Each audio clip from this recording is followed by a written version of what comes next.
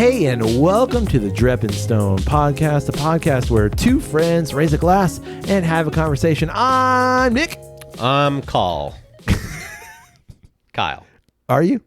Are you Call? We'll talk about that later. Hey, we'll get to it. So to start this episode off, last week we talked about I went to Ireland. Yeah. And I thought this was super interesting, and I wanted your opinion on it.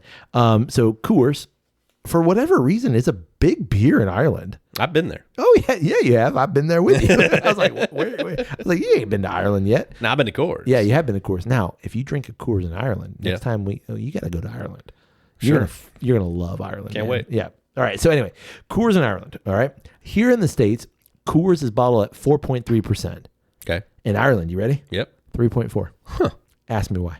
Why, Nick? The Irish have figured out a way, or maybe the Coors distributors in Ireland, basically make Coors 3.4 to get around some duty. Huh. D-U-T-Y. Right. Yeah. You don't want to step in it. Nah, you don't want to step in that duty. To get around duty. And I find that incredibly interesting. So they don't have to pay a tax? There's something about the tax. I don't know, in Ireland, like as the ABV increases, like do you have to pay certain tax? I don't know what that is. Right. But yeah, basically they avoid some taxes because it is 3.4% in Ireland versus 4.3% here. Interesting. Yeah. Did you have one? Actually, I think I did. I think both Carol and I did. I know Carol did. I don't honestly remember if I had one. I had a bunch of different things. But mostly Guinness. But yeah, absolutely mostly Guinness because it's Guinness in Ireland and it's so damn good. But I did try it. Like I do remember for sure trying hers at the very least. Right. And tastes like Coors. Right. I mean, I can't imagine that would make a huge difference. Nope, not at all. Interesting. Yeah. Good on them. I mean, it's like a session. It's like a session beer now. It's a session beer. It is anyway. Session. I was going to say, but, like, a couple of those, you're going to be just fine. But now, like, even more. You're going to be finer. give me a six-pack. Just, I want you to pour Keep up them coming. Just pour up 6 pints right now. Because I'm just they're gone. I found it super interesting. Like here in the States, if they were to do that in the States, man, there'd be such an uproar. Right. And maybe there is in Ireland, but I doubt it. I mean, it'd be a small uproar. Because it's a small country. No, I mean here. Oh. I don't think that'd be a huge uproar. I think there's a small contingency that'd be like, wait a minute. Nah, there'd be some people that are like, you don't mess with our Coors. Fox News would make a mess out of that. For sure they would. That sounds like headline news. Can you do me a favor? Hell yeah. I think there's a knife. Whoa. Yeah, because I can't get into it? Nah. There you go. That is odd. Yeah. But would you like to drink something with me? Absolutely, I would. What do you have? I have for us something I'm really excited for, but kind of nervous about. Okay. This, Kyle, is a rare character single barrel series. Okay. This is actually selected by our friends at Lakeland Whiskey, which we've done our own single barrel with, our public barrel, which we've talked about. Go back and listen to the episode. There might be a bottle or two left. At this point, probably not. But like, if you can find one, go buy one. Anyway, this is an American light whiskey from Rare Character. It comes in, are you ready? This is why I'm excited and scared. Okay. It comes in at 70. 70. 70. Wow. 0.81 ABV. Holy poo-poo. Let me say that again. 70. 70. 0.81. For those of you doing math, that's 141.62. Oh my gosh. That's jet fuel. That's a powerful whiskey. Man. That might be one of the highest whiskeys we've had.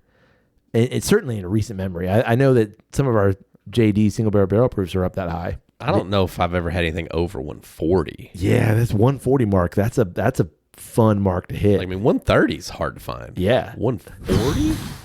Okay. What was the Highland? Oh, that Gulf might be Coast. that might be in the 140s. I mean, that one's up there. Yeah. Ooh, I don't know, and it's way on the back shelf. I'm not grabbing that. I'm curious. Okay.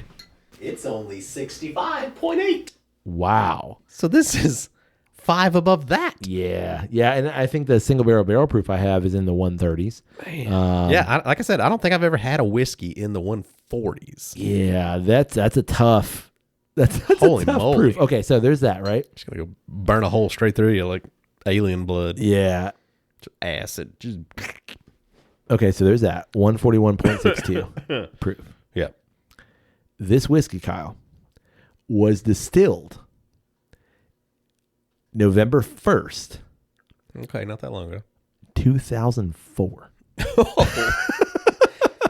Wow. Yeah, in terms of when this was bottled, Kyle, this whiskey is 20 years and 11 months old. Holy crap. That whiskey's almost old enough to drink itself. I know. Here in the States. Wow. Kyle, this is by far the oldest. It might be the oldest whiskey we've had. Yeah. I mean, I mean, off the top of my head, wow. we've had some 18s. Yeah. I feel like that's the oldest I've had. Have we had scotches that push 20? I've only had like that. Man. The only thing I can think of is 18-year-olds. Yeah. Yeah. This might be one of our oldest whiskeys ever. It's got to be it. I don't think I've ever had a 20-year-old whiskey. I honestly don't know. I'm going to say this is one of the highest proof and one of the oldest whiskeys we've ever had. This should be interesting. Yeah, this was bottled in October of this year. Oh, well, October of 2025. So here we go. You ready? Ready. Whoa. Well, that was surprising. Oh, man. Okay. All right, here we go. Okay. If I can see any vapors coming off of that.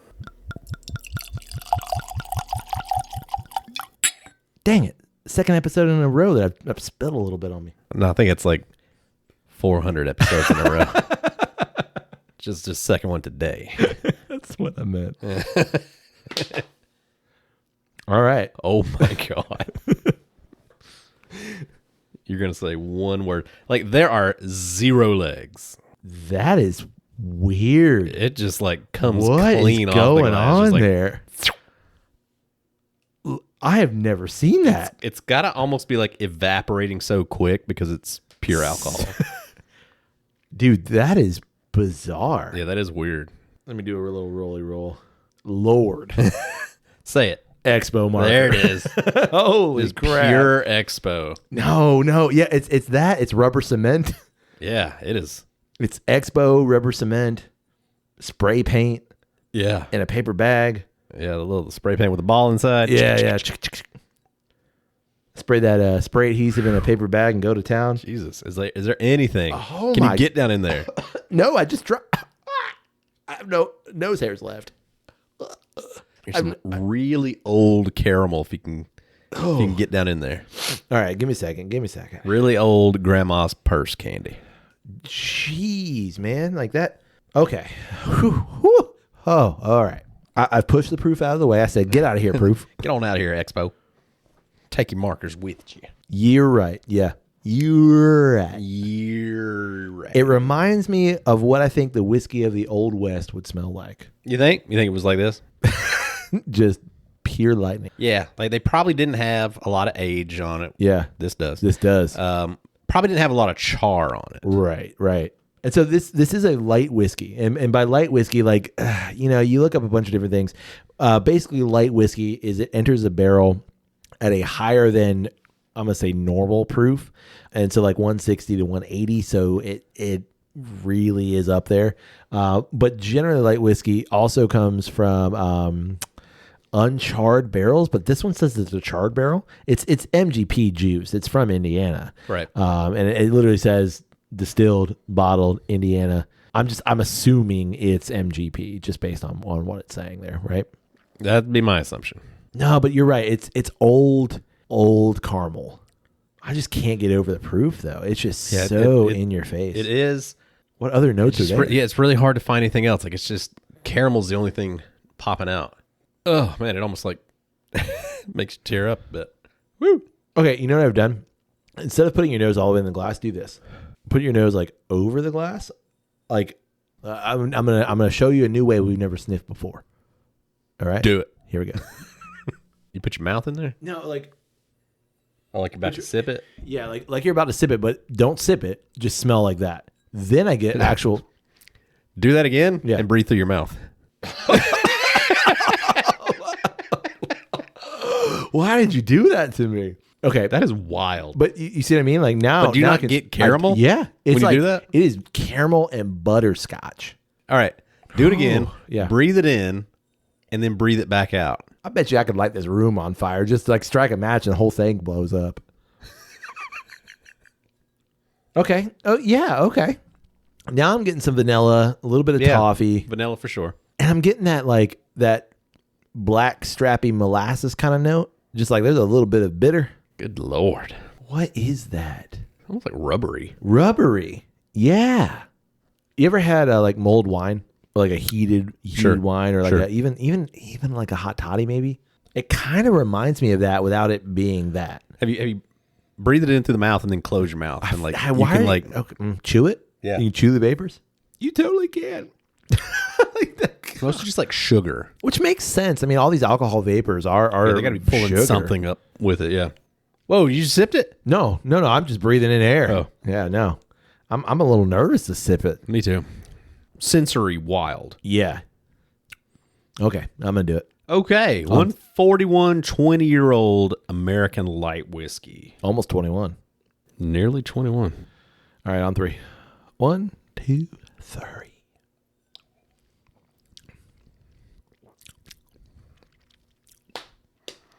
Whoa. Whoa.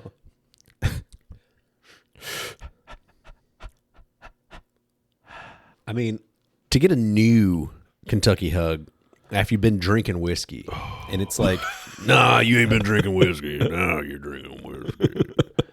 Is weird.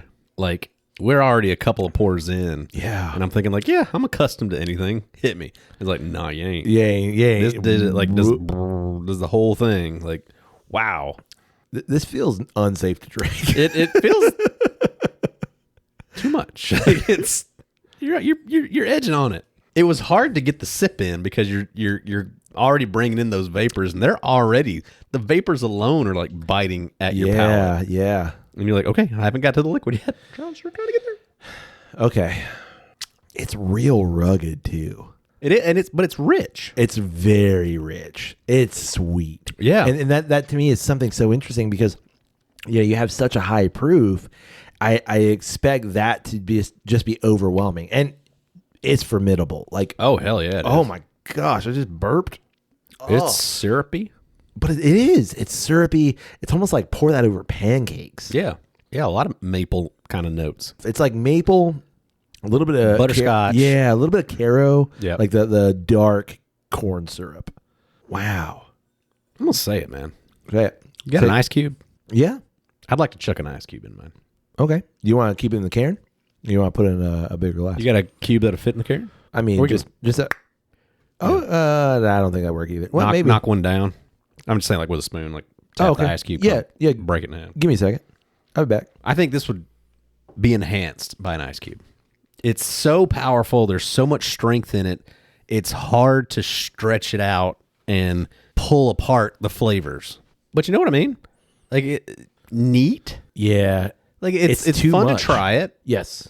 And to experience that level of heat. Yeah. But it's just like, for the sake of the whiskey, you're not really doing it any favors. And that's, drinking it at that proof. That's generally how I feel about whiskeys that push 120.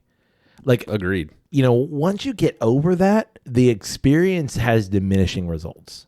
For sure. You're battling so much with proof that you lose so much, I feel like. Yeah. And maybe it is something that, you push.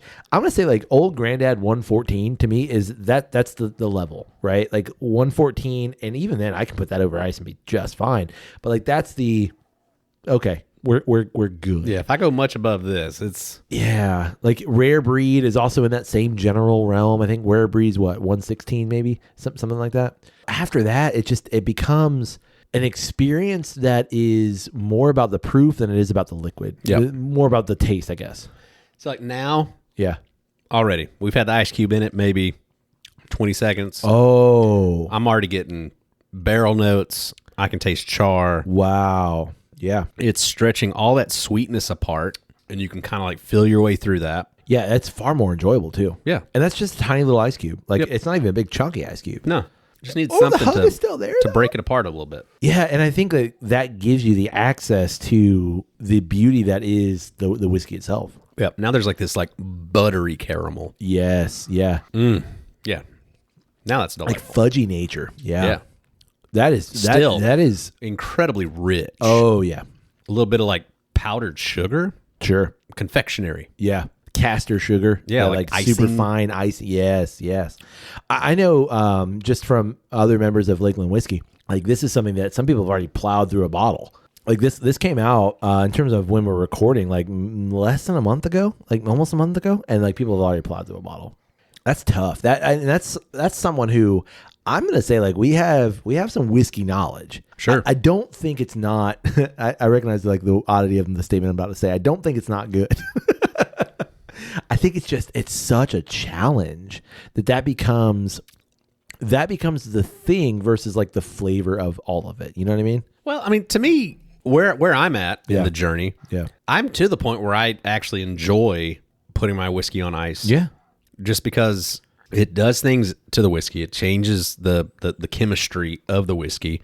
So if you do have something that's like this incredibly high proof that you can chuck an ice cube in and it's still at this point probably still around like 120 proof, or like 110. Yeah. Like fantastic for me because, I'm getting to benefit from the full flavor, but I'm also like able to have the temperature drop and it's improves, I think, the refreshingness of it. Yep. It's almost more cocktaily. Yeah. I don't know. It definitely changes.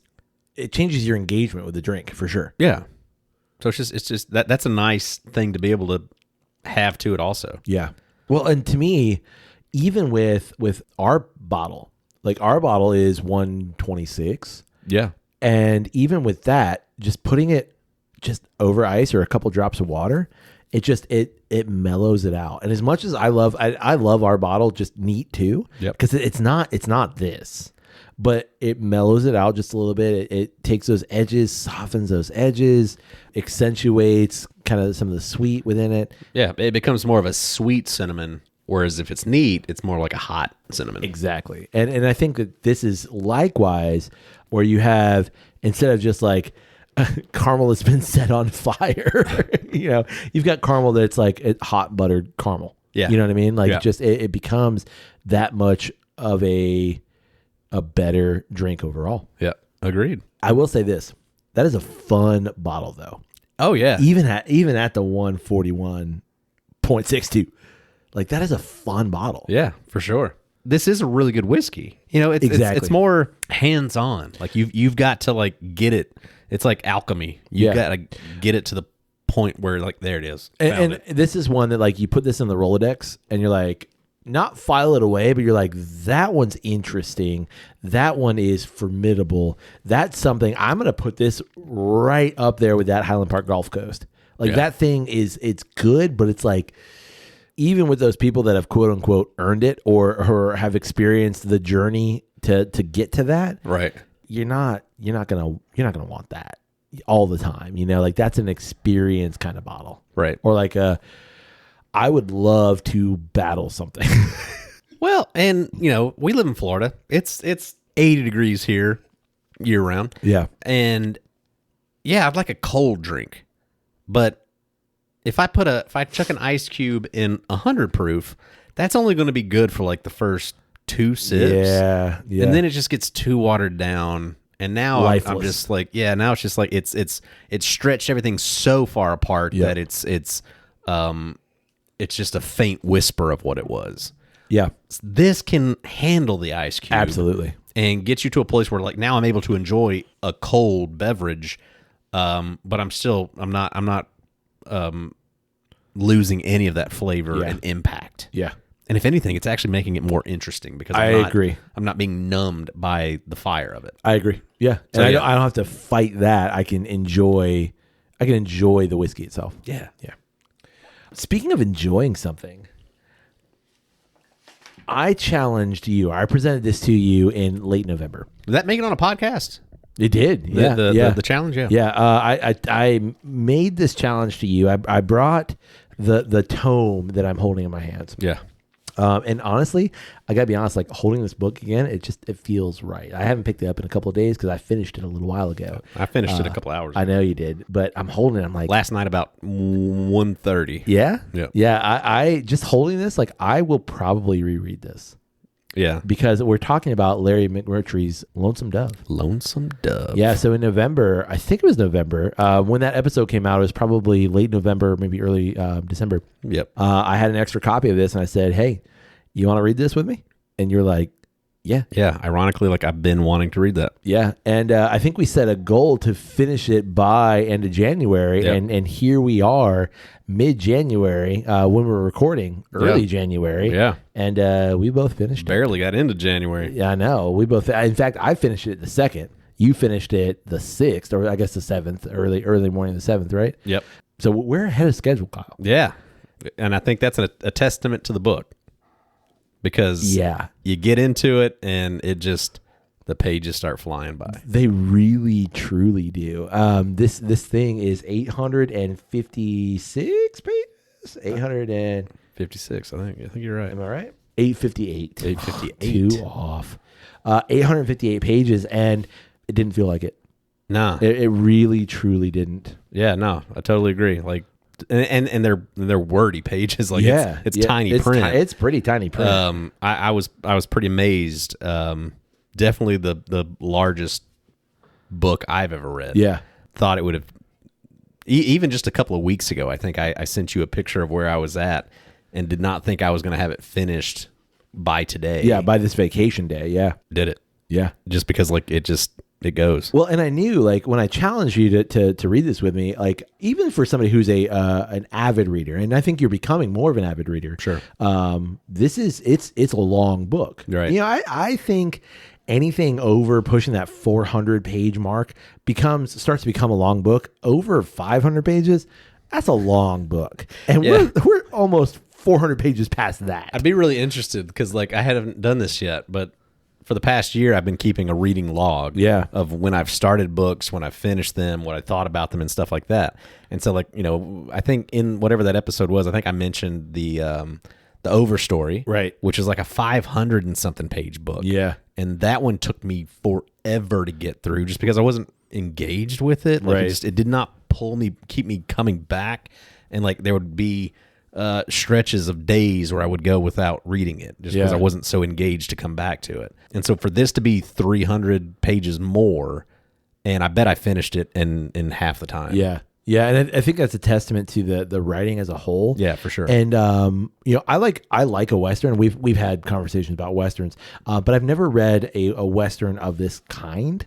I've never really read a Western book. Like Louis L'Amour is kind of like the quintessential Western, if you will. Like there's 7,000-8,000 Louis L'Amour books, and if you read one, like they're fine, right? But like I saw this and I was like, this is a book that's recommended. It's the 40th anniversary of the book, 2025 was.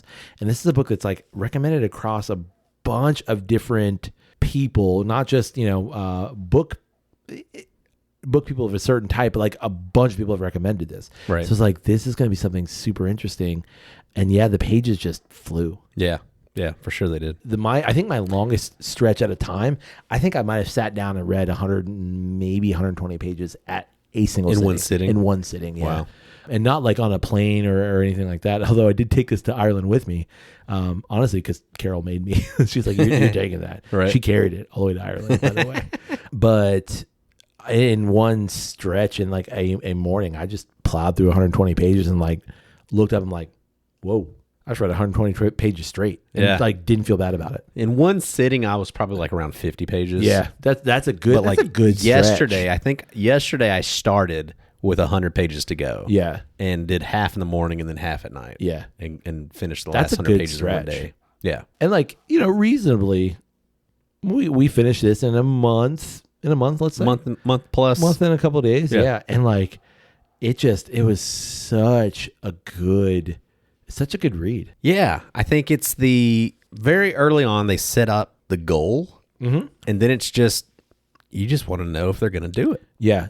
So the premise is the first couple of chapters are like basically just setting up what Lonesome Dove is and who these characters are. And Lonesome Dove is a right there. Yeah.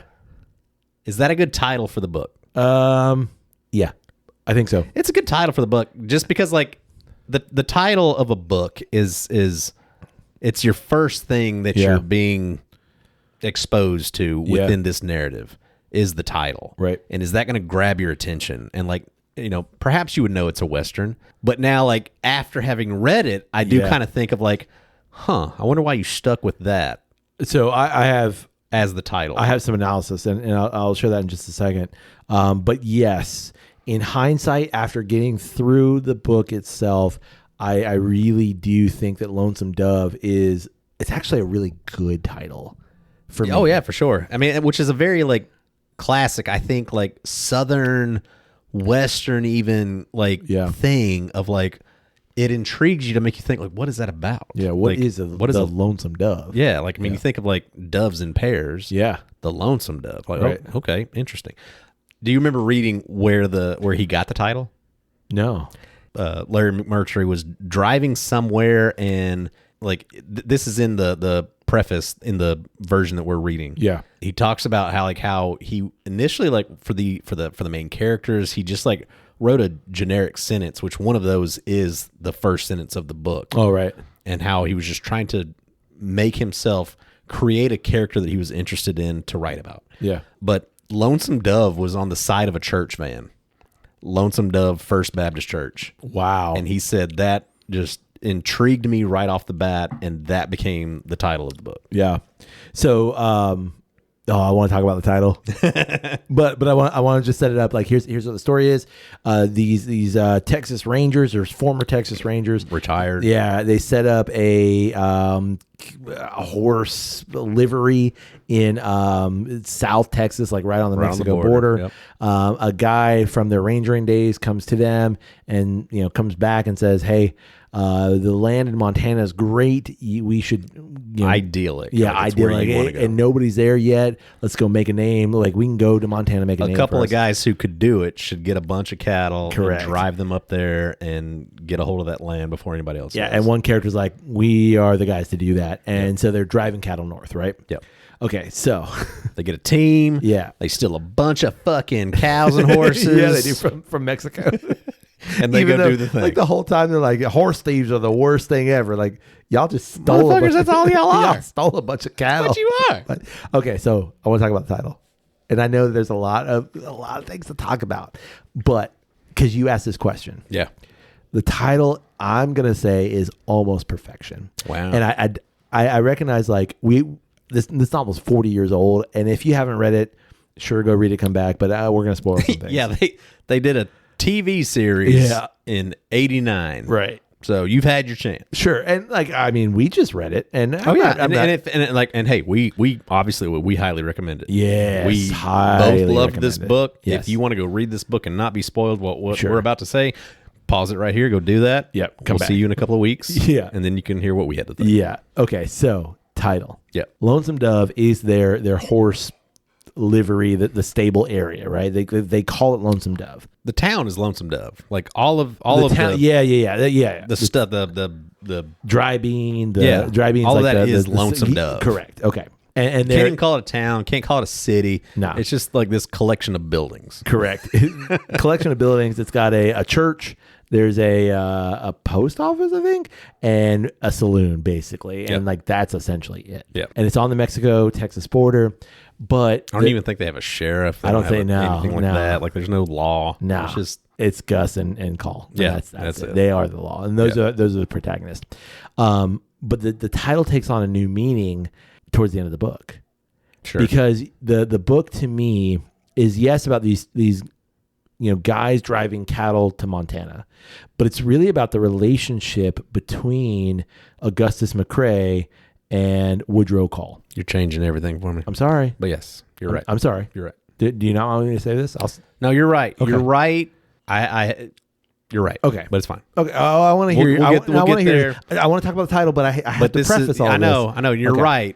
But it doesn't get there until then. Correct. And my kind of where I was at recently is that should have happened. I don't disagree. Yeah. So the title that makes the title takes on a new meaning because at the end, the only person of the duo, Augustus McCrae and Woodrow Call, that is left is Woodrow Call. Right. And so he becomes the Lonesome Dove, because doves are generally, you see them in pairs, and you always see these two together. And for the last, I think they say almost 50 years.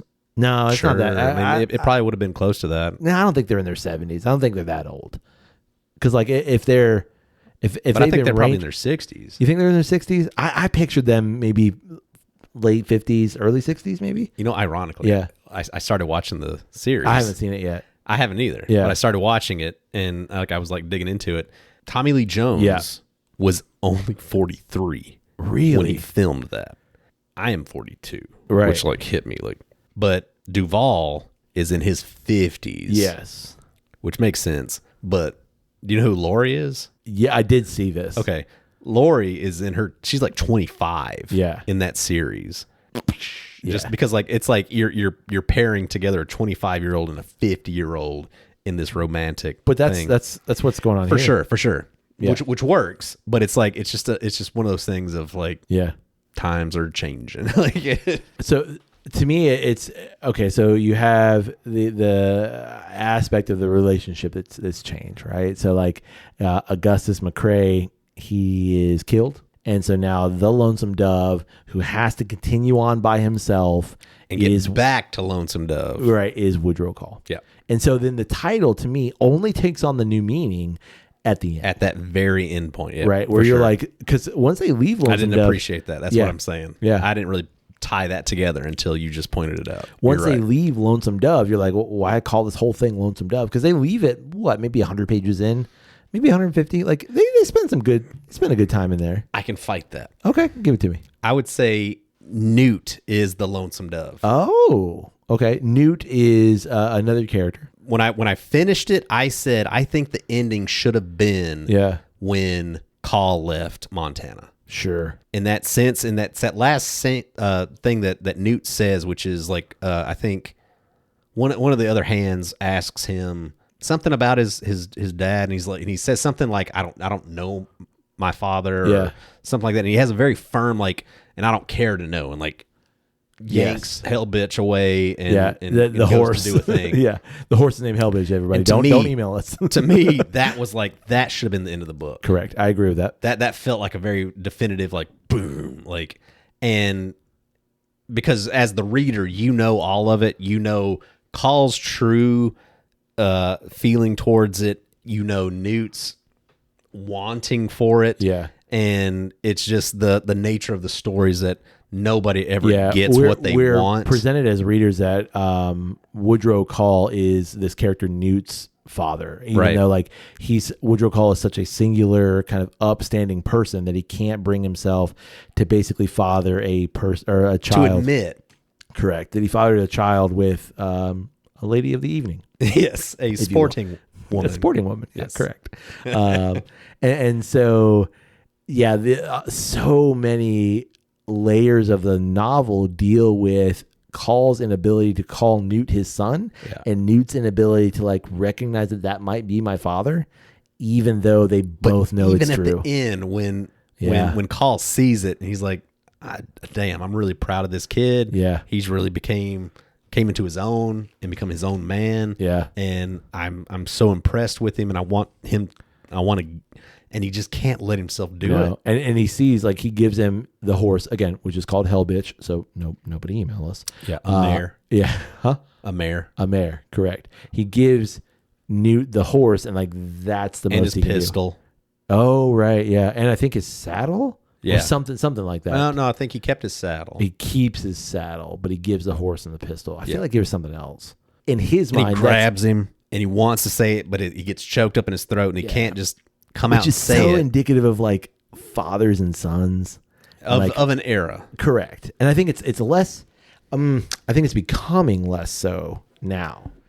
But yes, I can't say the things that I want to say to you. Well, I say that because like I see that in my grandparents' generation of words not being very important. Right. It's more actions. Here is the horse, and the horse is what I need to tell you. I'm giving you the horse and my pistol. You should see what I mean. Like I'm saying it through this, but it just will not come out of my throat. Right. Yeah.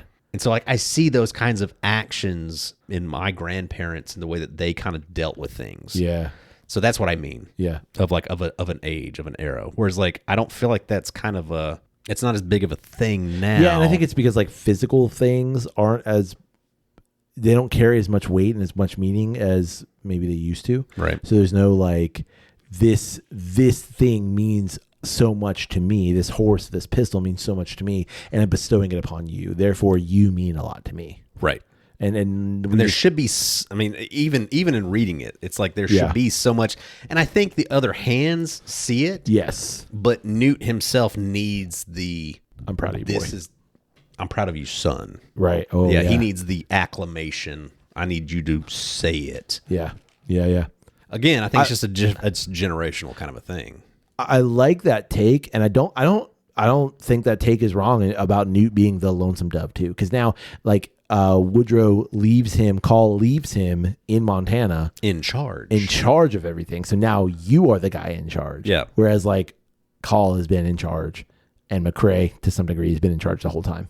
But it's really Call. Yeah. It's really McCrae was never really in charge. He had the respect. Yeah. And he had the admiration of all the hands, but like he was never issuing out orders. Right. He was never giving out like this is what we're doing. He was always just along for the ride. That mean he wasn't a badass because he went and got Lori. Yeah. Yeah, he did. Yeah. That was one of my favorite scenes in the book. Yeah. So they're driving these cattle north, right? Yeah. Starting out South Texas, deep South Texas, on the border of Mexico. Like we can see Mexico's right there. Yeah. We just hop this river all the time, and we're in Mexico. And we're in Mexico. So like if you look at a map, that's a bit of a journey. Yeah, that's a long walk. Yeah, it's a long.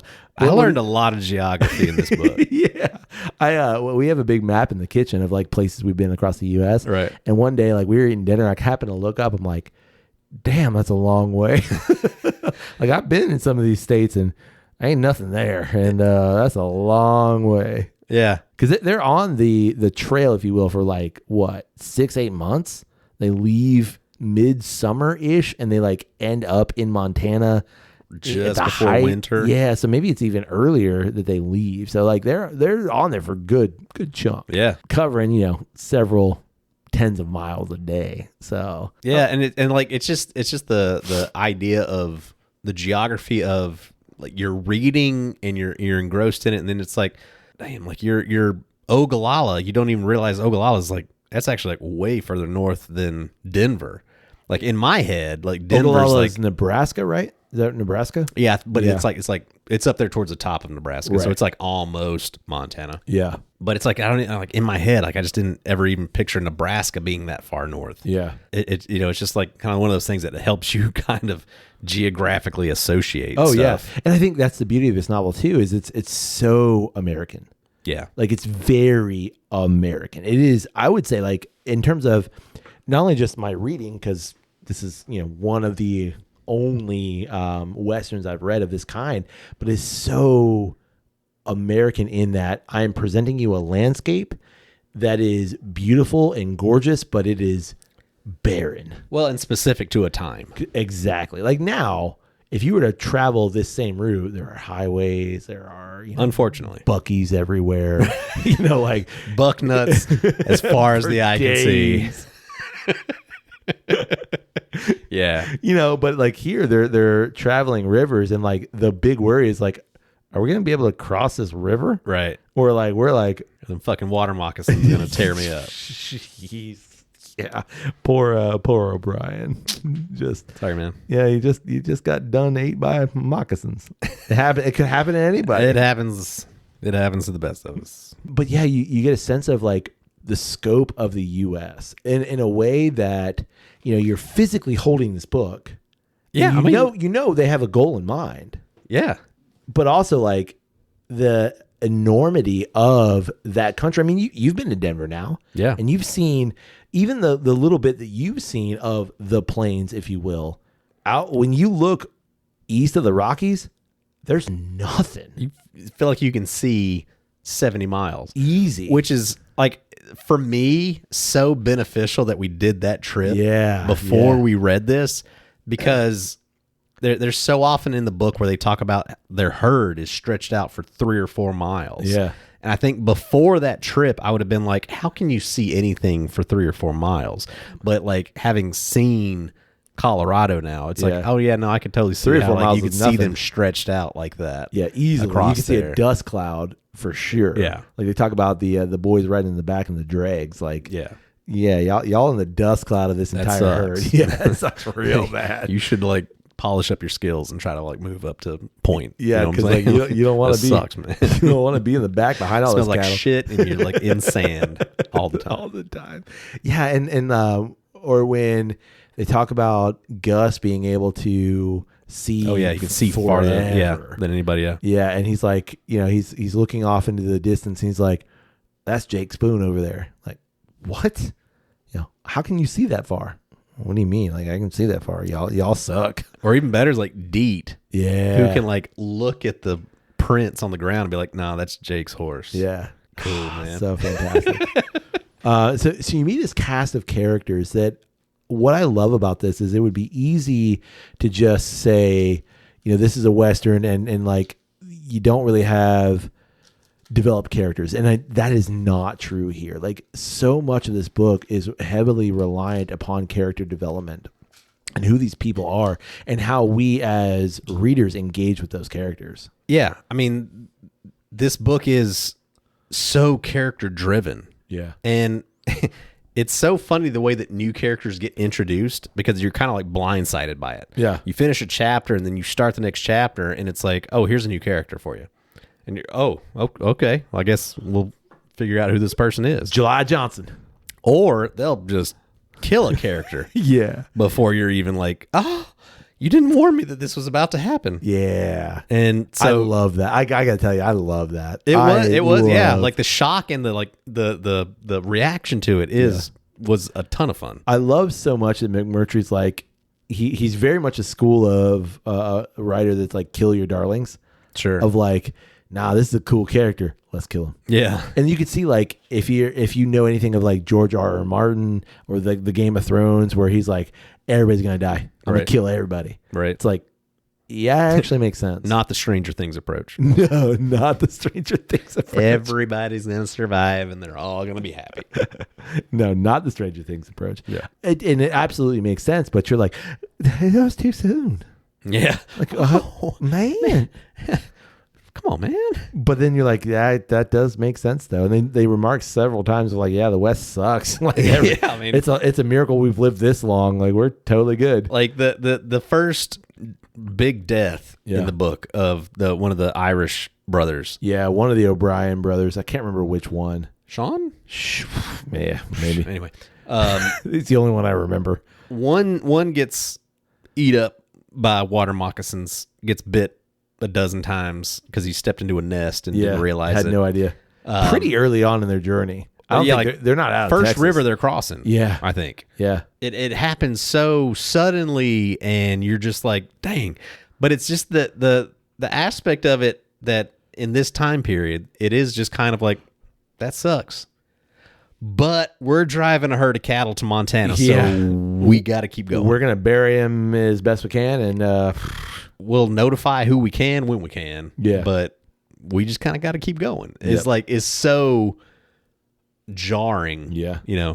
At this day and age of reading this novel for the first time in this day and age, just kind of like, y'all don't need to notify somebody. You don't need to call the police or like, or like when they do make a decision to like, there are some people that Gus and Call kill, and they're like, "Yep, this is justice, and we are the law." Right. Like, but because there ain't no law. Yeah, it's just how we see the law. Correct. Y'all are Texas Rangers that are retired Texas Rangers, and y'all are in Oklahoma. So like.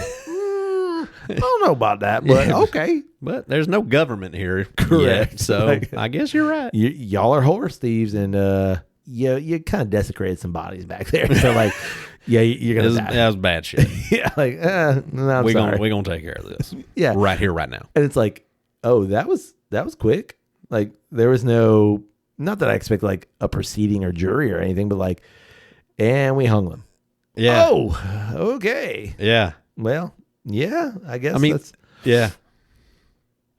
And I think it speaks to my perception of what the, they talk about the Civil War a little bit. Like they keep referencing the war, right? Kind of tangentially. So you're in that period between like 1865 and maybe 1890, somewhere in there. I don't know if they ever reference a date specifically, but you're post-war, but obviously not like super modern advances.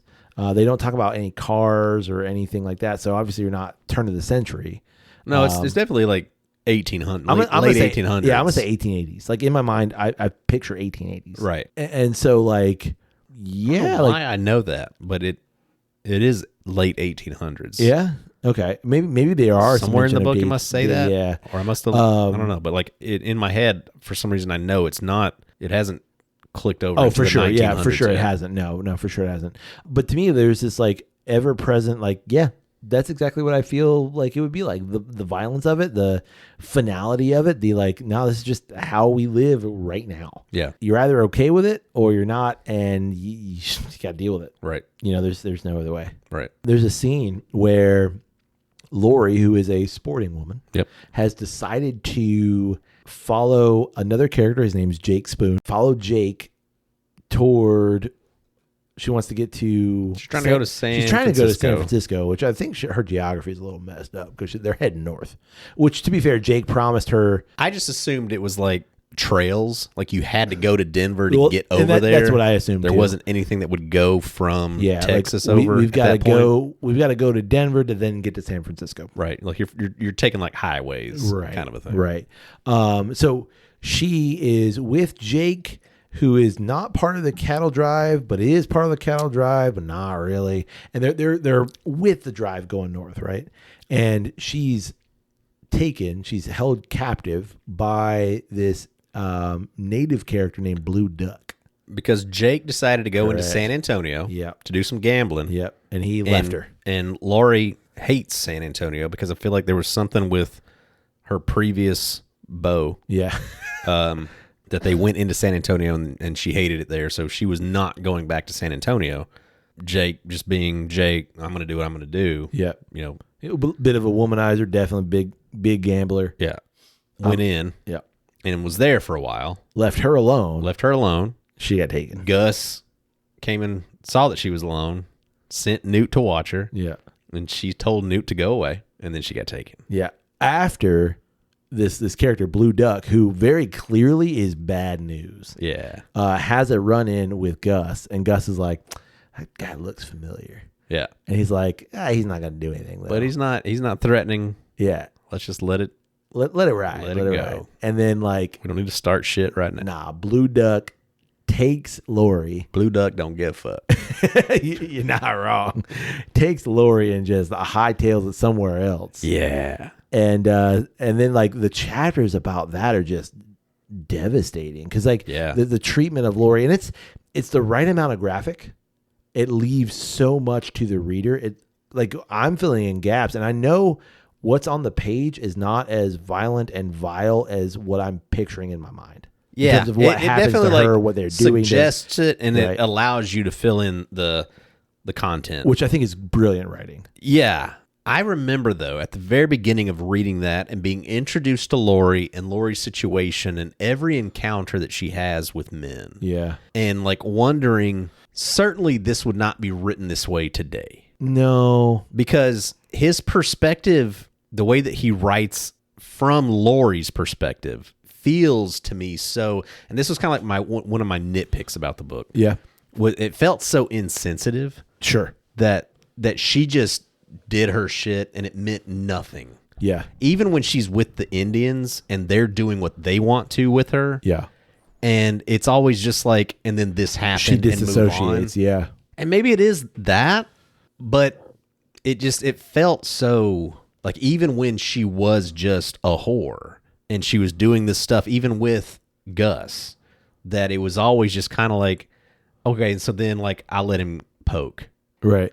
But certainly like, yeah, this day and age, there's got to be a more sensitive way that you write about that. I see what you mean. And so like you're talking about like the lack of emotion and empathy in some ways that like is associated with Lori, and that's her character is devoid of that. And I and agree. maybe that's true to the time. And that's I don't know. I agree with your nitpick in that like you wouldn't write that character that way today. You would want to give her more nuance, some authority over her body, right? But also, it makes sense for the time period, and it makes sense from a male writer trying to write this kind of character, and like it's. I don't want to say it's just easier for her to disassociate and like write her as a disassociative character, but then you get to not Lori. What's the other woman's name? Clara. You get to Clara, and there is more depth to Clara. Sure. Not in the way that you would think of like depth. And Clara is a character that you meet later on. She's a beau of Gus. Like they had a relationship really early on. Claire's just more independent, correct, strong. And not saying that self-aware. You're not saying that you get any sort of real depth, but you get more than you do with Lori. So like I agree with your nitpick 100%. I'm not defending McMurtry here, but also like the story. Well, not that I'm like disavowing like the treatment of the character. I don't think you are. It was just like as I was reading it in this day and age, correct, with 2 daughters and stuff like absolutely, that. It's like, oh man, I wish you would have given her more to think about, or more of an opinion. I kind of read that, and maybe that's just like my way of navigating that. Of like that's just who that character is. Like her life is kind of sucked. Sure, this is where she's been thrust into being a working girl, and that's all she's known. So she's able to disassociate with nearly everything, and the only thing that kind of brings her solace is like the occasional drink and gambling and like conversation. And then, but then it's like, so then why does Jake Spoon do anything for you? Because I agree, and I think it's because like he presents something new.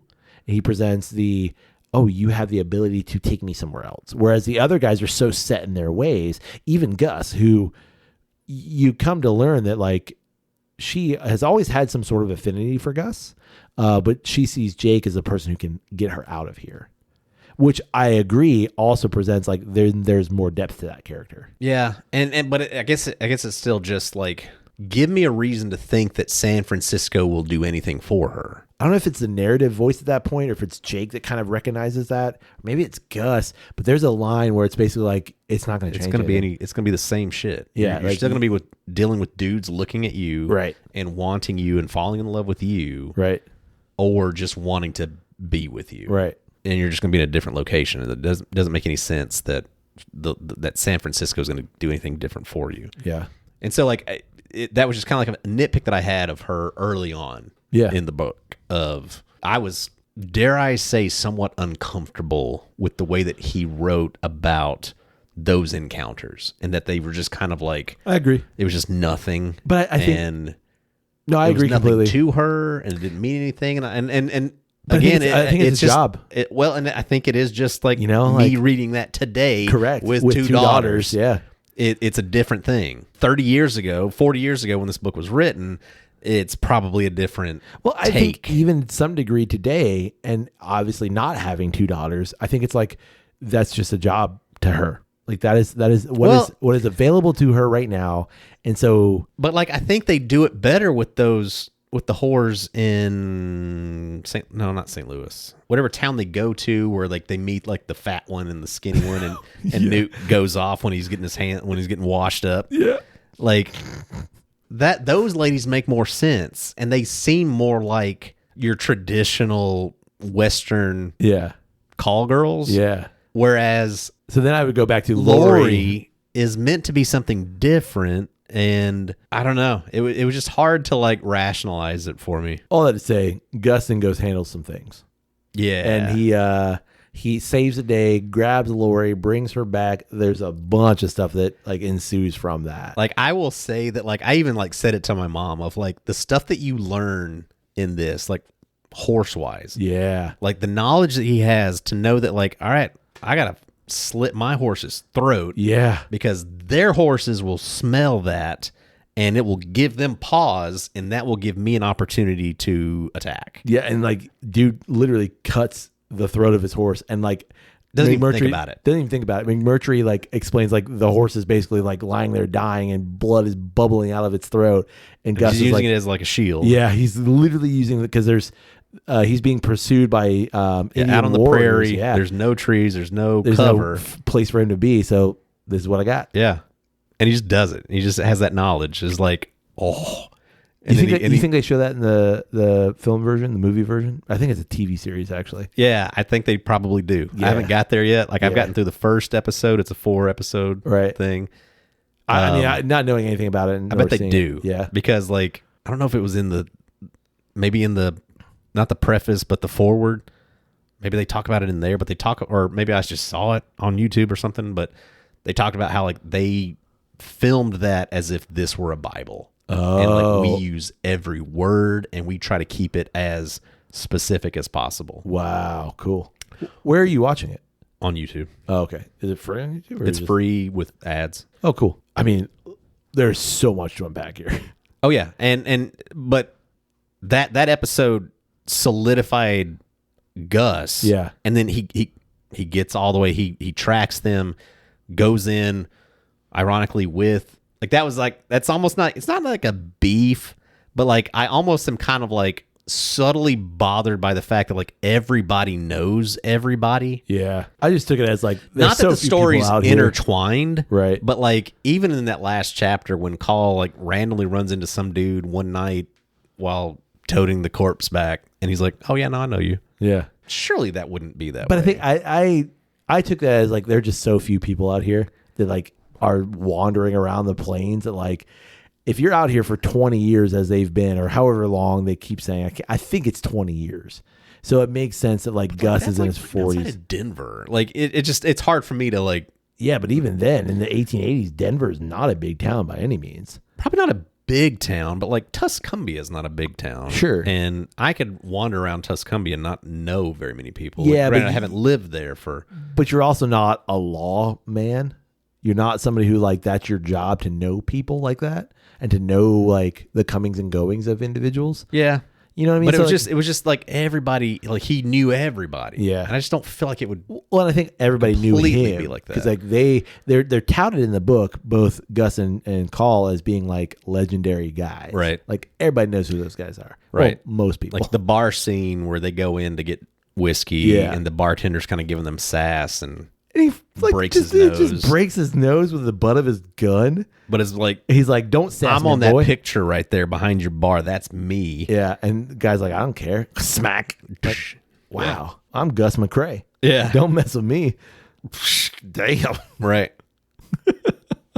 For sure. Who's your favorite character?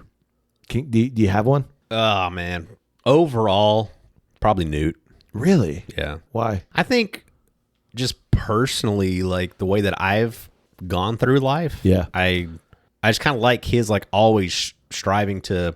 He's like kind of the best of Call and kind of overtakes him. I feel like personally, in terms of like becomes his own person, becomes his own man, finds out what he's actually really good at, but like doesn't bitch.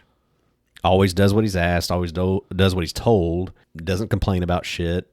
And towards the end of it, it's like kind of masters his craft. Yeah. To the point that he's like, you know, and granted, you know, I'm sure like you could argue like that's some of Call just being like showing favoritism to him, but giving him that chance. Like, yeah, like, you know, saying that like, well, I was in charge of men younger than he was, or when I was younger than he was. Yeah.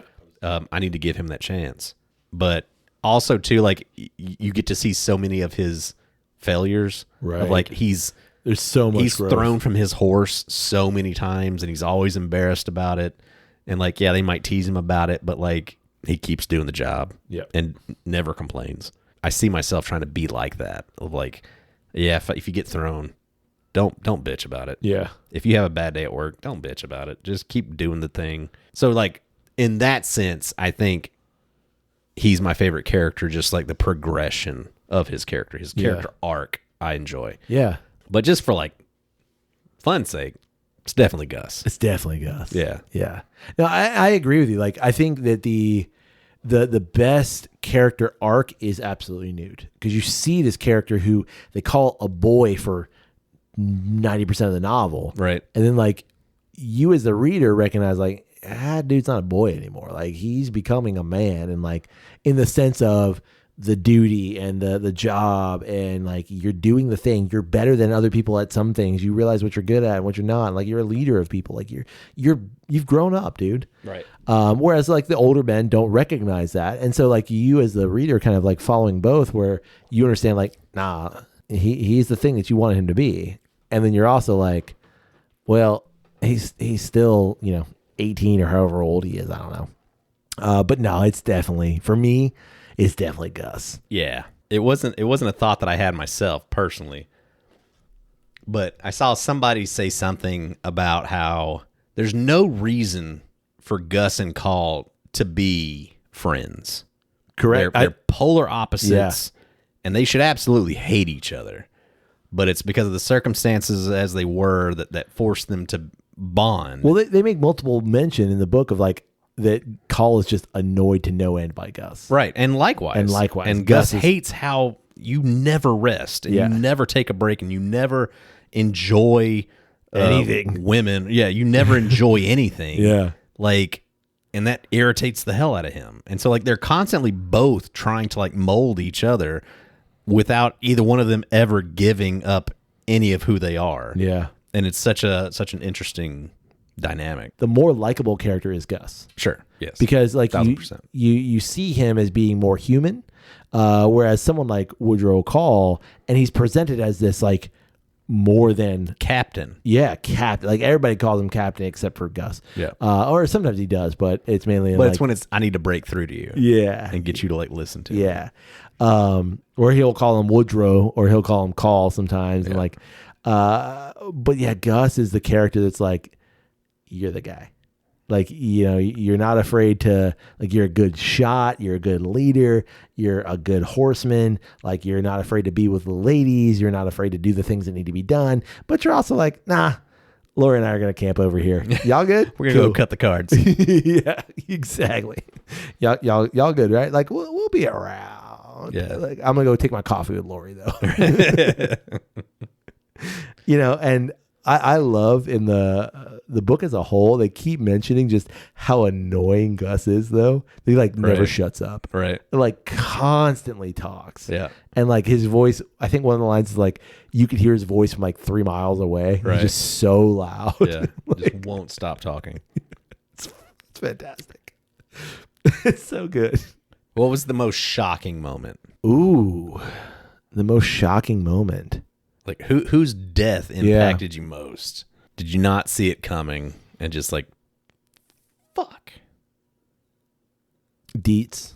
Dietz sucked. Like that character is so good, and to my understanding, he's the only black character too. Sure. They make reference to it, like they don't hide that at all. Like this is who this person is.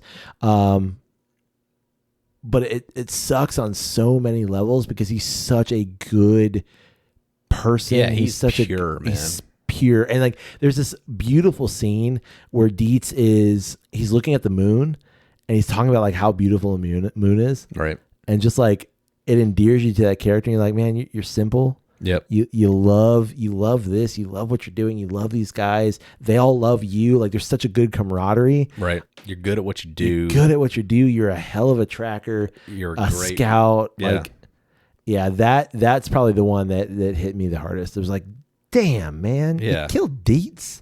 Why yeah, you over kill nothing. Dietz? Over nothing. Over literally nothing.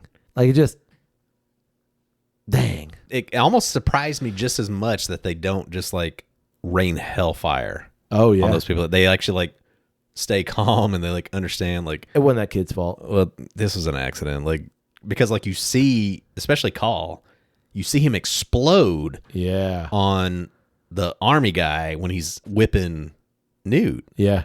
And like almost kill that dude. Yeah. You'd almost kind of expect the tar out of him. You'd almost expect the same thing here, but it's just like they're able to like. Yeah, he didn't mean that. Sorry. Sorry, guys, but. This is what happened. Here's a horse. Yeah. Enjoy it. Have a good day. Yeah. And yeah, I would say Dietz is the worst. I think the most interesting death was Blue Duck in some ways of like, so Blue Duck's going to be hung, right? And he like makes a run for it, jumps out of a window, and they talk about like Blue Duck being able to fly, and at the end, like he's such a figure, and like he's actually not that big of a figure in the book as a whole, but like everyone just like tangentially like knows who that villain is essentially. But like that builds him up. Oh yeah, to be like this. Like, oh god. Yeah, and even like as he is laying there dead, because he like grabs the sheriff guy that somehow just miraculously like happened to get him. Yeah, who's like drunk the entire time that Call is there. Is it Call or Gus? I think it's Call. It's not the sheriff. You're talking about who dies with him? Yeah. It's not the sheriff. It was like a deputy that he just grabbed and like went out the window with him. Oh, okay. But yeah, the sheriff is the guy that caught him. Oh, and he's drunk because everybody's buying him drinks because you did it. You get it. You caught Blue Duck. I misunderstood that then, but still, like he just like grabs this guy and jumps out the window and like head first in the ground, and then like he's got a bit of a smirk or a smile on his face, and like nobody wants to go over there and make sure he's dead because they're all like, no, he's coming back alive. Well, and Call said he makes eye contact with him all the way down. Like, yeah,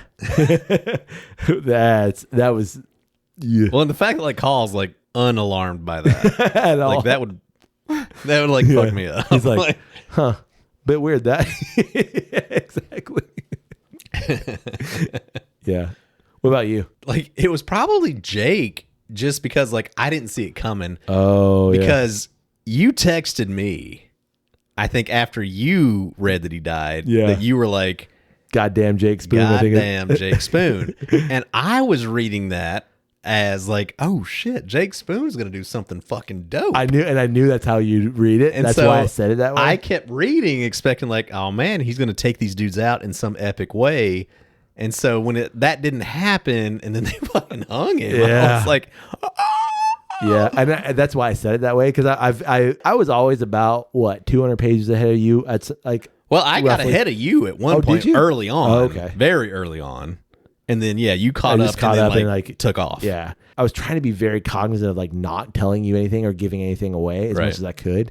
But I knew when I said that to you, I was like, this is so ambiguous though. He's going to read it like, oh, Jake Spoon's a badass. Yeah. I'm reading it thinking like, oh man, like how is he going to take these dudes out? Like this is going to be dope. Oh shit, he doesn't. Yeah. So I think that one for me, when I read it, I was just like, fuck. He gives Newt his horse. No, he gives Newt his saddle. I think. Because he's on his horse and they whip the horse. Yeah. No, he spurs the horse. Oh, they don't don't hit the horse. Yeah. He gives Newt his saddle. That's right. Yeah. And then like spurs his horse, and they have him strung up by a tree basically. And the spurring of the horse then makes him. Yeah. Yeah. I mean, they're hanging. Yeah. The lot of them. Which epic kind of, thought of like, well, I'd rather be hung by my friends than a bunch of strangers that I don't know. So. Yeah. At least I get hung by my friends. All right. Good on you. All right. So if we are Gus and Call. Yeah. If on my deathbed, I'm telling you, hey, man, give my half of the take to that chick that we left in Nebraska. Done. You would do it for me? I would do that. I don't know if I'd do it for you. I think I'm going to keep it because, like, one, I don't approve of her. It's true. Nah. She's in a good place now. She's fine. She ain't going to ever know about this. Yeah, but I would. Would you carry me to Texas? Yeah, because you asked me to. Yep. Like, that's almost like the hardest part for me to, like, grasp out of all of it. Yeah. Of, like, okay, man. I got you. Nah. I'll do all of that. I literally, like, as I'm reading that, I had the thought, and literally of you, and I'm like, so if Kyle, if this were me, if he said, Kyle was like, listen, I would give her the money. Because I might give her some. Yeah, that's probably a good point. I don't know if I could give her all. If I don't give my half, she'd never know. She didn't do any of this. Yeah, she'd never know. Like, she didn't do any of this. It's a lot of fucking work. Yeah, we moved these cows from Texas. But did he actually give her the money? Is that ever said? Oh, okay. So he leaves it in the bank in that's right. city, whatever that's city. Right, that's right. And then which is like the finances of this book were like I was thinking about the whole time.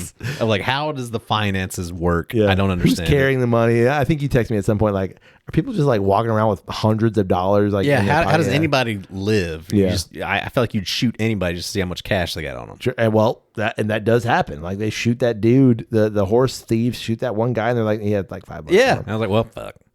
Sorry for your luck, guy.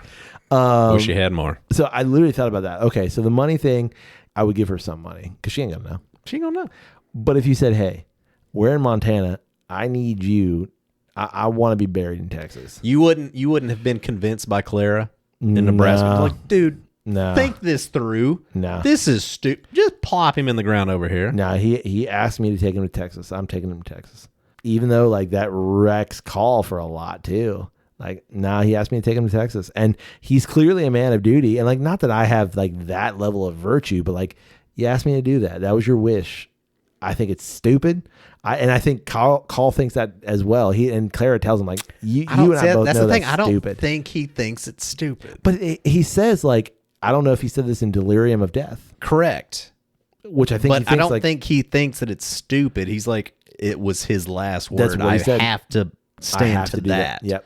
I don't think he like even applies that extra like, is this a good idea? Kind of, yeah. No, it's just like that's what he said. So that's what I have to do. Yeah, and that's like one of my big takeaways from the book is that it's all about words. Yeah, Clara to me is like, dude, why take him all your son is way more important. He's alive. Right. You don't want to go take care of that. You'd rather take care of this dead man's last wish, who's been dead almost a year at this point. Yeah. To go plop him in salt barrel under some trees that I'm telling you ain't important. Right. But because he said it was important, you're going to go waste your time and go do that. Yeah. He asked me to do it. I mean, now it's a hell of a lot easier. I just, book an Uber and we'll be there in 25 hours at most. Like that was another big like thought that I had of like, if you tried to do this trip now on horseback, could you do it? I think you could. Yeah. Would you be allowed to? Would you be allowed to like cross? Yeah. Yeah. Interstates. Could. Yeah. On horseback. Yeah. You could do this trip. Like you couldn't do it the way they did it. Certainly, no, but like certainly not. But you could. Think there are ways? Yeah, I do. I think reasonably, because like you wouldn't get to a point and it's like, all right, well, how do I cross this interstate? No, I think you might have to veer. Yeah, or you have to wait till night. Yeah, when there's not as many cars coming. But I think reasonably you could do it. Like there are ways, like overpasses. Mexico to Canada. I think you could. Yeah, on a horseback, sure. Like you ain't gonna like it, but I think you could. You think it's legally? Yeah, like knowing those states. Oh yeah, those states. Come on. You'd have plenty of spots where you could stop and sure camp. Yeah, and just my travels of those. Again, those states, particular states. I don't think anyone would bat an eye. I really don't. Like even around here, like obviously you're not walking a horse with like New York City, but I've seen people like walking horses on the sides of roads here. Like they are on horseback here. So I've never seen any of them on I-4. No, that's true. Like how would you get a horse across I-4? Like I mean. Well, okay. Let's say you're heading from like Miami to Jacksonville. Okay, you're gonna take like you're not gonna follow the high. You're not gonna be on the highway. You're probably gonna take some back roads, and those roads might cross a highway. That's what I'm saying. Like an overpass. So it's not gonna be. Sure. You know what I mean? Like you're not taking a highway on a horse on the side of the road. Not like that. Right. So like I think it's possible. Sure. I don't think it would be easy, and I think they would absolutely have an easier time in that respect because you're not dealing with all that. But like crossing a river, there's going to be a road at some point. It's going to have a small bridge. You can cross a river. I mean, horses can swim too, like pretty well. So like if you really had to, you could swim your horse across. Yeah. Like just that thought experiment towards the end of the book. I'm sitting there thinking of like, man, it's so sad because like in 30, 40 years, like your understanding of the world is just going to be completely done. So let me ask you this. If I said, hey, bring my body back to Texas, you bring my body back to Texas? I would tell you, you got it, buddy. Absolutely. But then afterwards, I'm going to be like, I don't know if that's necessary. Well, here's where we both would do this for the other person. We would never ask the other to do that because we're like, that's stupid. Like I would probably say like, what do you want done? Whatever's easiest. Well, and I think that's like the thing too of like, would I ever tell you like give my half of the money to this person that like really isn't that important to me? Like no, I would never do that. You wouldn't do that. No. It's like that's funny. Like if I were Gus, I would never have asked those things. But if I were Call, I would honor those things if asked of me. I just don't know that I would. I don't know that I would. If it was, especially like the idea of like, we're going to give half the money that we're making off of this to her. Yeah. To who, one, I have no connection to. I don't even like her. I don't approve of her. Like, I just don't know that, like, that checks. Like, yes, like, I'll give you a big check. Gus wanted you to have this. Yeah. Here's some life-changing money for you. But I'm not giving you his half of this. Like, it doesn't make sense. And like, I get it, like, for that time period, it's like, no, my word is my word, and I have to honor your word. Right. Especially if it's your dying words. Like, I get that. But the whole time I'm reading that, it's just like, dude, you're going to give her that? Maybe it's in the next book. Maybe. Speaking of that, as we wrap this up, are you going to read the next one? Because it's a trilogy. It's a quadrilogy. Oh, really? It's 4. Yeah. Tetralogy? There's 2 before and 1 after. Oh, I didn't know that. I thought it was a trilogy. I thought it was 2. Yeah. But apparently it's not. Wow. Are you going to read any more? Yeah, I've got the other 3 books already in my... Oh, on order already? On order. I like them that much. I honestly, like, it's in my top 10 for sure, honestly. I don't know if it cracks my top 5. But it's up there. I would highly recommend this to anyone. The irony for me is my enjoyment of this book is my being in the book. Correct. Like, do I feel like it has some sort of like, what's your takeaway? What's the big message of the book? I don't think there is one, and that's also why I like it, because I read so much literature that like there is some sort of takeaway or lesson that like, I'm sure there is one if I like really thought about it, but I was so enwrapped in the story. Right. That just being in the setting, right, and being in it. And I think for me, because I do so much analysis in that way of like, what is the meaning? How is the meaning? How do I extrapolate meaning? What are all these connections that like for me, I was just reading this pure enjoyment and story, and that's why I loved it. Like, did you enjoy Gus's death? Like, did he get a good death? No, his death sucked. Yeah, I know. Like that kind of sucks. No, but like I also understand it. Yeah, that just happens. Like you just run over a hill, man. Time. Like, we told you not to do that, and you did that. Yeah, fucking cost you. Yeah. To me, it read very similarly to The Alchemist. Of like, and there's even like a line somewhere in the book that is kind of essentially, it's Gus talking to Lori, I think before Blue Duck. Just appreciate where you are, kind of a thing. Yeah. And like that's kind of like the big message of The Alchemist is. You have this vision of things, and it's like it's the journey of trying to accomplish this great thing, but like when you actually get to the end of it, like you actually had everything that you wanted. You always wanted, way before. And I kind of get that with this. Like I even remember like reading when they were in Nebraska and like how great the picnic was and how happy everybody was. Newt was like, hitting on the one of the daughters, and like everybody was just happy. Like Lorena was like totally not wanting to be there, and then even she like quickly turned around like, this is great. Like I didn't know life could be like this. Like I remember reading it at that point of like, y'all should stop. That's where you should be. This is, everybody's happy here. Like everybody can be happy here. Like, do y'all not recognize this? Like it seems like a big huge red flag of like, everybody's happy here. This is way better than Lonesome Dove, and we don't know what's ahead of us. We don't know how bad it's going to get. Maybe we should just stop and like take our win. Yeah. Because we're all winning here. But they don't. They keep going.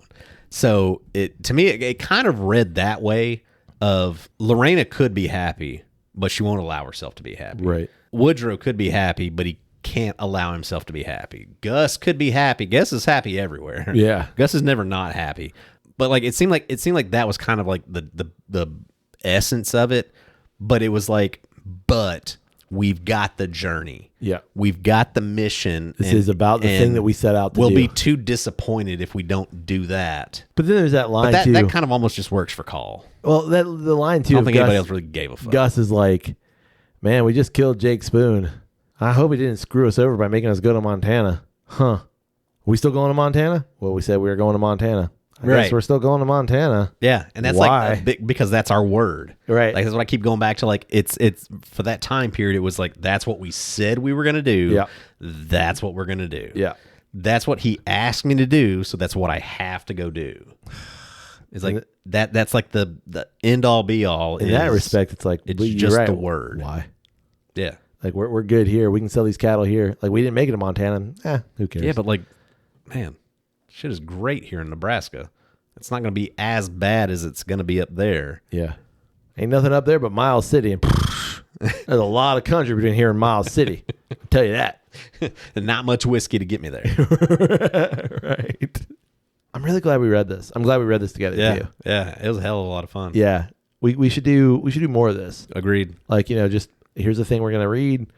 Let's do that. Yep. And yeah, I like it. I imagine it won't always be this successful. No, I don't think so. there will be some that was hard to get through. Like that also informs everything too. Yeah, because you told me to do it, so I'm going to do it because we got to do it because you said it. Hey, that's your word, and that's my word. I agreed to it. You basically told me you hated the overstory about 100 pages, 200 pages in. You kept to it because you said you're going to read it to yourself, and you read it.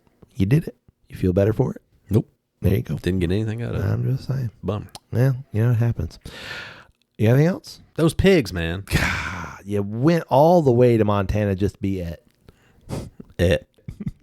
E.T. It. Edited. You done get it. Done got it. Would you chop it down? Would you edit it? Nope. I wouldn't. And I thought about that while reading. I'm like, God, why is this so long? Nope. Because I think that there's a bit of like this aspect of journey, and you've got to earn this journey just as the reader. So you've got to kind of earn this. And like, I thought the prose was tight as a whole. I don't think that there was anything that like you over explained this. You don't think? For me, no. Elmira? I didn't need her. I think you could have took July, Elmira, Zwei, that whole Roscoe. Although I liked Roscoe, I really enjoyed Roscoe meeting that one lady at the beginning, and she just fucking comes and like rapes him. She raped him. He done got raped, but he's okay with it. You know? He's like, that felt pretty. That felt pretty all right. I'm actually thinking about staying. I'm gonna go get killed over here, but like, yeah, I'd stay. I didn't mind Roscoe, but the rest of it was just like July felt like worthless. I didn't mind it. Elmira felt worthless, like. But I think it does play into that thing of the alchemist. Like she's still thinking of like Boot. I've got to go get to him. Like that's what I need. That's when I was happy. But it's like if you just fucking look at your situation, like you could be happy in Arkansas. I think it just breaks up like those narratives break up the main narrative, and I'm okay with that because like when I felt like okay. I could use a break. Then you had that like July narrative, which I don't think was better, and the Elmira narrative I don't think is better, but I think it just gives you a bit of a break, and it adds context. I think and it adds a little bit of the coming together of narratives. Like the one benefit is that she has the son, right, and the son survives, right, and it allows Claire to have a son, right. Although you didn't know, you didn't know he was going to survive, and then all of a sudden, like you read something like many pages later, and it's like, oh, he's toddling across the. He good. Oh shit, he survived. He lived. All right, good. For now. Yeah. Who knows what happens next week? July was frustrating as hell. Yeah. Just to read his stuff.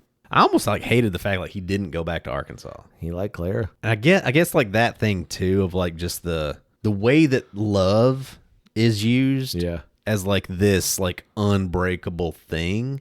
And again, maybe it's just a time I think it is difference. Yeah. It's just like the way that we look at love now versus back then. But it's just like, like Dish's complete obsession. Like, bro, like, can you not conceive that there's another lady in the world? She don't like you. That you, like, she's made it clear, my guy. Yeah. You need to move on. Move on. Like, I get it. But I think that's. But I don't. But at the same time, I think that's kind of like an interesting thing of like again the whole like sporting. She just happened to be the only girl that you saw, and you happen to be with, and you're like, well, like I get infatuation. Sure. Of like, okay, cool. Now this person is imprinted on your brain, and because of the way the law existed in, you were able to hit that, and so like now that is all that exists, right? But it can't be like it could just like. You could go to another town and like, damn shit, y'all got a horse too? Well, shit. She blonde? Let me go see what she. Oh, damn, she can do the same shit. And so just like that idea of that love is just unmalleable, and I can't get away from it. So like I'm just stuck pondering over you, just unwilling to attempt to be something outside of you, was just kind of like, okay, like if you want to set Dish up as that, fine, but don't set July up in the same exact way, especially one that he does it once and it fucking burns him, and then he falls right back into it. But I think that's character. That's character affectation. It's like, yeah, well, that's just the person you are. But yeah, but like you've already got Dish as that, right? Like, and he's never gonna give it up. And it's like, all right, well, if things haven't changed by spring, then I'm gonna move on. And then spring comes, and he's like, well, I guess I could stay on a little longer. Well, she gave him just a little bit. I don't think she did. I think it was something. It was something with the horses. I don't even think she didn't budge. She gave him nothing. Yeah, she did. She was still like absolutely like devastated over Gus. Yeah, but she gave him some like, July, you should have. No. I'm talking about Dish. Dish says if things haven't changed by spring, I'm going to move on. Okay, I thought and you then were spring about July. comes, and then they have new ponies. And or he's like, whatever. He's like, well, I guess I'll help you get these. Yeah. Like he won't fucking give it up. Yeah, I thought you were talking about July. He's like, come on, dude. She did give some hope to July, but like called him out of like, dude, you fucking suck at this. Yeah, like I asked you to be with me without asking you, which is also like I don't really want you to be with me, but I asked you to. Yeah, and you did. Actually, I didn't really ask you to. Like, I showed you what I needed. Yeah. And you didn't give me that. But he's just like, shit, I'm just trying to stay at your hair. I don't want to annoy you. I didn't know that was annoying you, that I was trying not to annoy you. Yeah. It's wild to me that they made it as a TV series, especially when you look at that cast, because that cast is lit up. Crazy. I want to watch it. Steve Buscemi's in it. Yeah. I need to watch it. I want to watch. As soon as I finished it, I was like, I would love to watch this. I think I want to devote I need time to watch this. Like, I also screwed myself up. Like, I had this vision of who Gus was in my head. Yeah. About halfway through, and then I went and like, who is who in the series? Oh, I didn't even look that up. When I did that, it fucked me up. Oh, and then I couldn't see anybody but Robert Duvall as Gus. Duvall is Gus? Yep. Huh. Because in my head, reading it, that first half, Gus is this huge, kind of bigger guy than Call. Yeah, Duvall's a tiny guy. Duvall's tiny, yeah. Huh. But then I couldn't see it as anybody else. But like, they do add some life into it because of just like the way that they speak specifically. Yeah. Like, Tommy Lee Jones has such a specific accent, and obviously so does Duvall. So like, it adds life to the characters, which is nice. But it's, sometimes like it's different than the way you perceived certain things. Yeah. Lonesome Dove. Lonesome Dove. We enjoyed it. We did it. On to the next one. On to the next one. You got anything else? No. I mean, I do. I got nothing else. I've said everything I could say. Really? Nah, you lie. You lie like you lie. I could pick apart every paragraph of this book. It was so good. You could do a whole podcast just on this. Yep. Legit. Yeah. Well, we'd love to know, what do you think about Larry McMurtry's Lonesome Dove? Have you read it? Have you watched it? Oh. What'd you think about it? Yeah. Who is your favorite character? Yeah. And is there any death that is deserving within the book? Blue Duck. Sure. Come on, man. Yeah. Dude deserved it. We'd also love to know, what do you think about the rare character line as a whole? Have you had the Lakeland Whiskey Society bottling? Have you had any of their upper proof bottlings from rare character? They go quick. Yeah, they do. Like, everywhere. Yeah. Pretty dang fast. Whoever's got it, they don't last long. No, they do not. So we'd love to know what you think about that one. And you can get in touch with us through email. It's drepandstone@gmail.com. You can also get in touch with us through social media. One word, Drep and Stone, DREP and Stone, livery. We do not rent pigs. It's good to know. You can also... Canis est in via. You can also... That's Latin for the dogs in the street. You can also support Drep and Stone by rating us wherever it is you get great podcasts like this one. You can also support us through our Patreon page. It's patreon.com/Drep and Stone. And finally, Call. Captain Nick. You can support the podcast by telling someone about Drep and Stone. Absolutely you can. And if we give you the word to do it, you will do it. On that note, hey, buddy. Hey, Captain. May your glass overflow. And your ass never show. Unless it's because you got attacked by Indians by a riverbank and you had to dig yourself out and you went swimming and you lost all your clothes and your gun and your food and you had to walk back to the cattle herd buck ass naked. Then your ass can show. Cheers, buddy. Cheers.